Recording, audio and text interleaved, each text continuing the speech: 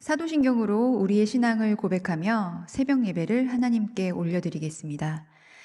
전능하사 천지를 만드신 하나님 아버지를 내가 믿사오며 그 외아들 우리 주 예수 그리스도를 믿사오니 이는 성령으로 잉태하사 동정녀 마리아에게 나시고 본디오 빌라도에게 고난을 받으사 십자가에 못 박혀 죽으시고 장사한 지 사흘 만에 죽은 자 가운데서 다시 살아나시며 하늘에 오르사 전능하신 하나님 우편에 앉아 계시다가 저리로서 산자와 죽은 자를 심판하러 오시리라.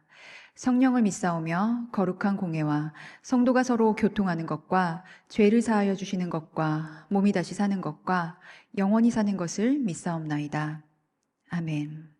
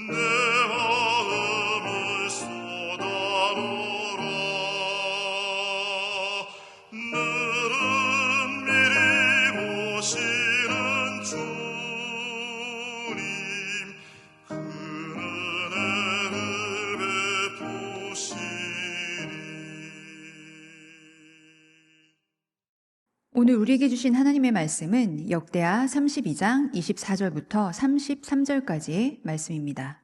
그때 히스기야가 병들어 죽게 되었으므로 여호와께 기도하매 여호와께서 그에게 대답하시고 또 이적을 보이셨으나 히스기야가 마음이 교만하여 그 받은 은혜를 보답하지 아니하므로 진노가 그와 유다와 예루살렘에 내리게 되었더니 히스기야가 마음의 교만함을 뉘우치고 예루살렘 주민들도 그와 같이 하였으므로 여호와의 진노가 히스기야의 생전에는 그들에게 내리지 아니하니라.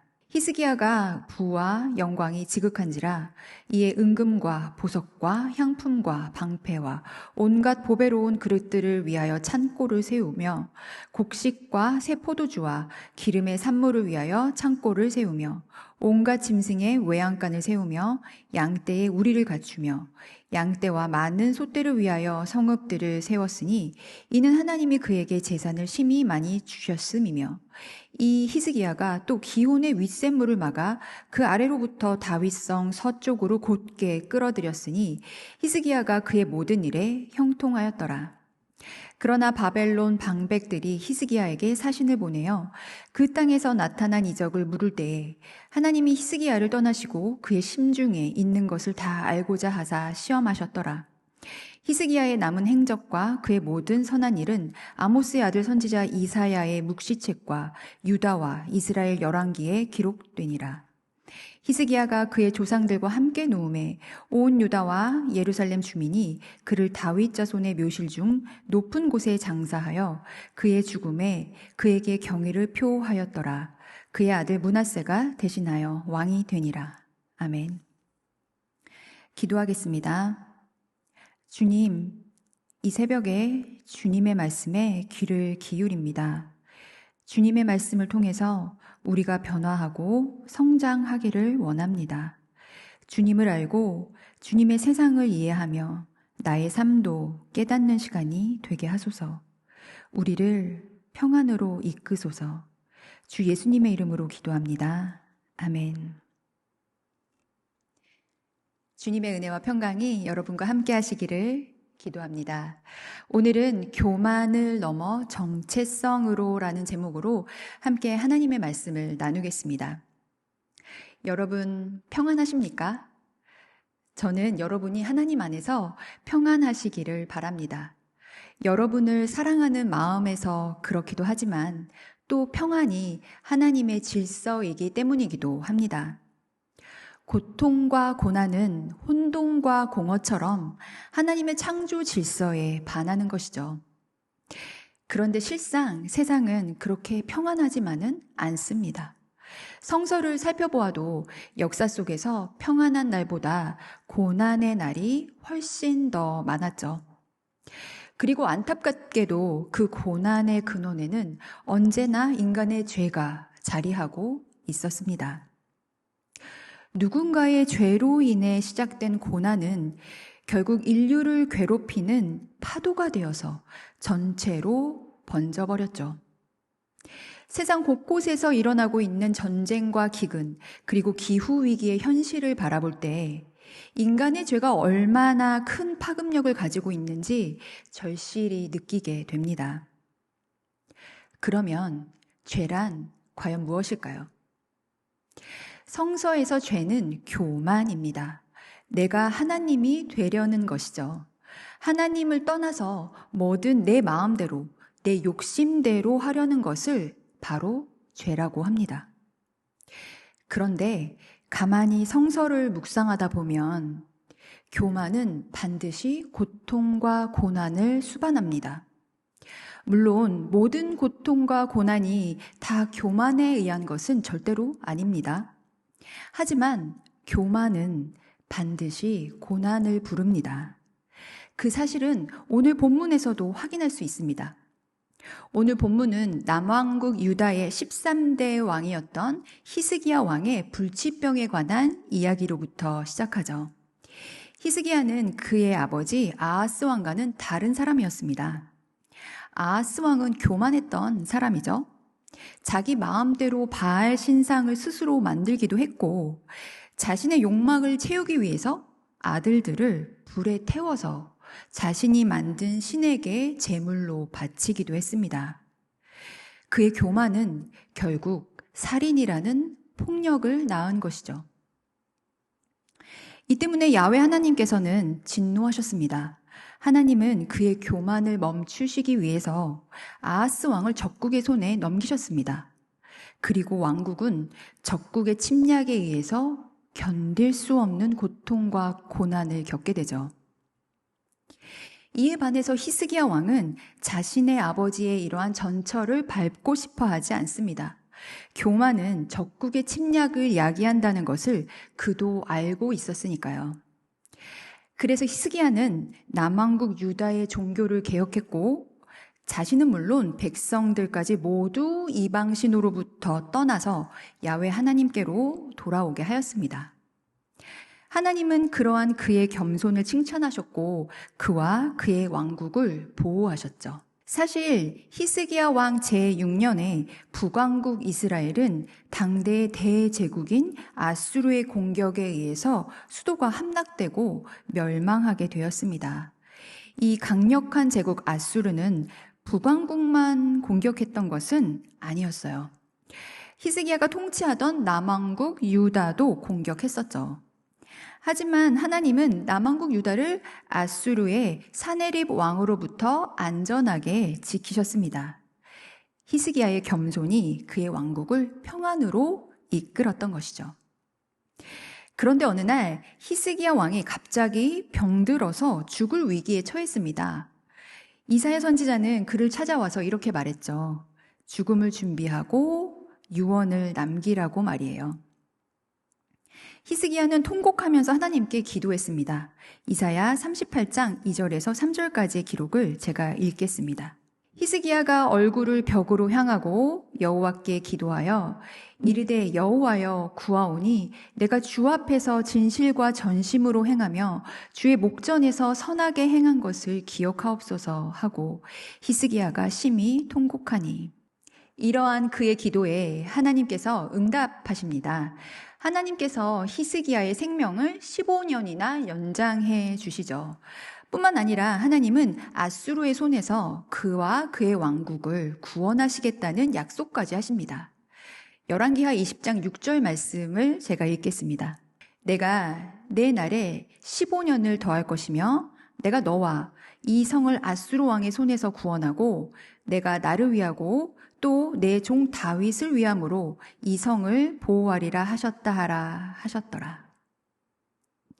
하나님은 이 약속에 대한 징표로 이적도 보이시는데요. 그것은 바로 회시계의 그림자가 역방향으로 10도 움직이는 것이었습니다. 참으로 신비롭죠? 그런데 하나님의 이러한 신비를 체험한 히스기야가 어느새 교만해집니다. 당대 대제국이었던 아수르를 물리치고 불치병에서도 완전하게 회복되었던 그는 어느새 세상의 유력자가 되었던 것이죠. 그는 역대하 32장 23절의 말씀처럼 당시 모든 나라의 눈에 존귀해 보였습니다. 여러 나라의 사람들이 히스기야에게 보물을 바치러 찾아왔었으니까요. 당시 강대국이었던 바벨론의 왕마저도 히스기야에게 사절단을 보내어서 예물을 전달할 정도였습니다. 그런데 히스기야가 이때 그만 일생일대의 대실수를 하고 맙니다. 자신에게 호의를 보이던 바벨론과의 동맹을 꿈꾸었던 것 같아요. 그는 국력과 군사력을 과시하면서 자기가 가진 모든 것을 바벨론 사절단에게 보여줍니다. 군사 기밀까지 모조리 다 말이죠. 열왕기하 20장 13절 말씀을 제가 읽겠습니다. 히스기야가 사자들의 말을 듣고 자기 보물고의 금은과 향품과 보배로운 기름과 그의 군기고와 창고의 모든 것을 다 사자들에게 보였는데 왕궁과 그의 나라 안에 있는 모든 것 중에서 히스기야가 그에게 보이지 아니한 것이 없더라. 히스기야는 강대국과의 동맹이 아수르라는 대제국을 이길 방법이라고 생각했던 것 같습니다. 그래서 하나님의 약속을 망각한 채 국가의 기밀사항을 모두 바벨론에게 넘겨버리죠. 그는 하나님께서 아수르로부터 하나님의 나라인 남왕국을 직접 구원하시겠다고 하신 그 약속을 너무도 가볍게 잊어버렸습니다. 하나님과 아무런 상의도 없이 자기 마음대로 강대국을 자기 편으로 만들려고 했던 것이죠. 이것이 바로 교만입니다. 이 때문에 하나님은 이사야 선지자를 통해서 남왕국 유다에 내려질 진노에 관한 말씀을 하십니다. 열왕기하 20장 17절에서 18절에 따르면 왕궁의 모든 것이 바벨론으로 옮겨질 것이고 왕의 아들 중에서 바벨론으로 사로잡혀가서 바벨론 왕국의 환관이 된다는 말씀이죠. 이 말씀을 들은 히스기야는 어떻게 했을까요? 다행히도 그는 즉시 회개합니다. 본문 26절입니다. 제가 읽겠습니다. 히스기야가 마음의 교만함을 뉘우치고 예루살렘 주민들도 그와 같이 하였으므로 여호와의 진노가 히스기야의 생전에는 그들에게 내리지 아니하니라. 우리의 참 좋으신 하나님은 회개하면 용서해 주십니다. 하지만 징계는 따르죠. 히스기야의 교만에 대한 징계로 이사야 선지자의 예언은 결국 성취됩니다. 한때 신실했던 히스기야에게 하나님은 오늘 본문 27절부터 30절까지의 말씀처럼 어마어마한 풍요를 허락하셨습니다. 하나님은 그의 삶을 형통으로 이끄셨죠. 그렇지만 오늘 본문 31절은 우리에게 분명한 통찰을 줍니다. 히스기야 왕이 바벨론에게 깊은 인상을 주면서 동맹의 의지를 보인 것은 하나님의 시험에 통과하지 못한 것이며 결국 하나님께서는 이에 진노하셨다는 것을 말이죠. 그 이후에 히스기야의 뒤를 이어서 남왕국의 역사상 가장 교만하고 극악무도했던 히스기야의 아들 므낫세가 왕좌를 차지하게 됩니다. 왕국이 멸망의 길로 가고 있는 것입니다. 사실 역대기는 기원전 300년에서 250년 사이에 쓰인 책입니다. 유대민족이 제국의 신민으로 살 때에 쓰인 책이죠. 역대기 저자는 무엇을 위해서 이 책을 기록했을까요? 단순히 그들의 역사를 잊지 않기 위해서 이 책을 기록한 것일까요? 성서학자 앨런 데이비스는 그녀의 저서 히브리 성서를 열다에서 역대기의 주제를 다음과 같이 설명했습니다. 정체성을 발견하고 하늘의 하나님의 뜻에 따라 삶을 질서 있게 꾸려 나아가야 한다는 소명을 망각하지 말라. 비록 제국의 신민으로 살고 있더라도 유대민족은 여전히 하나님의 백성이었습니다. 역대기를 통해서 그들은 자신이 누구이며 어디로부터 왔고 또 어떻게 살아야 하는지를 서로 알리고 싶었던 것이죠. 히스기야의 이야기는 단순한 한 왕의 흥망사가 아닙니다. 인간이 얼마나 쉽게 하나님을 잊고 교만해질 수 있는가를 적나라하게 보여주는 이야기죠. 병에서 낫고 전쟁에서 승리하고 부와 명예까지 얻었을 때 그때의 인간은 너무도 쉽게 하나님을 잊어버린다는 것입니다. 충만한 은혜의 기쁨을 만끽하고 있는 바로 그 순간에 우리는 쉽게 하나님을 잊는다는 것이죠. 그리고 우리는 하나님이 계셔야 할 그 자리에 우리의 자아를 가져다 놓습니다. 욕망의 노예가 되어버리는 것입니다. 우리가 꼭 기억해야 할 것이 있습니다. 우리는 하나님의 백성이라는 바로 그 정체성을 말이죠. 그것을 망각하는 순간 교만이 틈을 탑니다. 그리고 그 교만은 반드시 고난의 문을 열고 맙니다. 사랑하는 성도 여러분, 여러분은 지금 어디에 계십니까? 은혜의 자리에 계십니까? 그렇다면 하나님을 기억하십시오. 혹 고난의 자리에 계십니까? 그렇다면 반드시 하나님을 기억하십시오. 그리고 하나님의 뜻에 따라서 여러분의 삶을 질서 있게 꾸려 나가십시오. 우리가 하나님의 백성이라는 우리의 정체성을 확고히 할 때 주 하나님은 우리에게 하늘 아버지의 평안을 선사하십니다. 그러니 교만을 넘어서 정체성을 발견하고 주 하나님의 뜻을 이루는 신실한 저와 여러분이 되어야 할 것입니다. 그러한 우리가 되기를 소망하며 주기도문으로 예배를 마치겠습니다. 하늘에 계신 우리 아버지여, 이름이 거룩히 여김을 받으시오며 나라가 임하시오며 뜻이 하늘에서 이루어진 것 같이 땅에서도 이루어지이다. 오늘 우리에게 일용할 양식을 주시옵고 우리가 우리에게 죄 지은 자를 사하여 준 것 같이 우리 죄를 사하여 주시옵고 우리를 시험에 들게 하지 마시옵고 다만 악에서 구하시옵소서. 나라와 권세와 영광이 아버지께 영원히 있사옵나이다. 아멘.